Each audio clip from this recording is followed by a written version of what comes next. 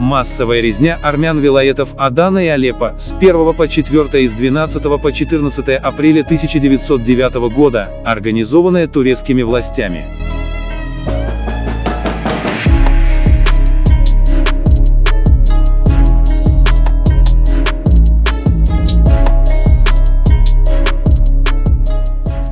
Вопреки ожиданиям армянского населения, младотурецкий переворот, произошедший в 1908 году, не внес существенных изменений в положение проживавших в Турции армян.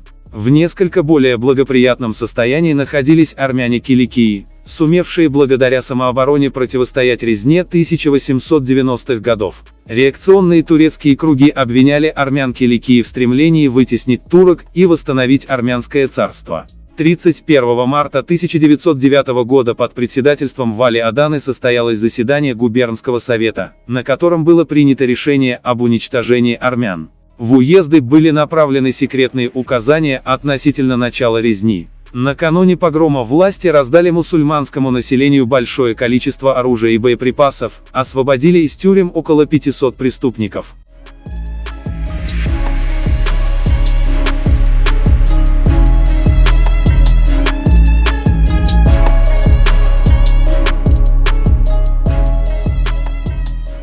«1 апреля на улицах Адана начались убийства армян. Первый погром длился 3 дня. Появление в Адане 12 апреля направленных из Румелии регулярных войск для так называемого восстановления порядка дало повод для возобновления резни, которая по своим масштабам и способам осуществления превзошла первую. Погромы произошли во всех гаварах Аданского вилаета и в ряде населенных армянами районах вилаета Алеппо.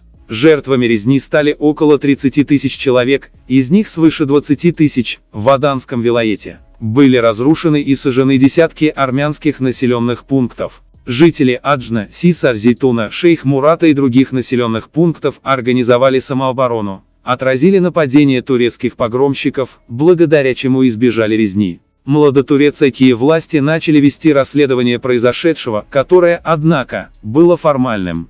Правительство стремилось успокоить европейское общественное мнение, смягчить протесты армян и уклониться от ответственности.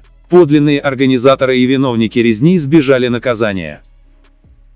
Аданские погромы 1909 года показали, что младотурки остались верны антиармянской политике своих предшественников, погромщиков Абдул-Гамида.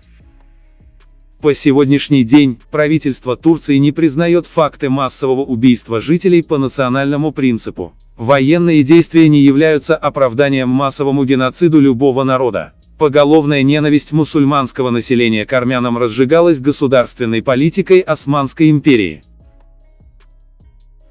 Проходят века, но политическая риторика не меняется несмотря ни на что. Напишите в комментариях, а как вы считаете, что должно произойти, чтобы в нашем регионе наступил долгожданный мир?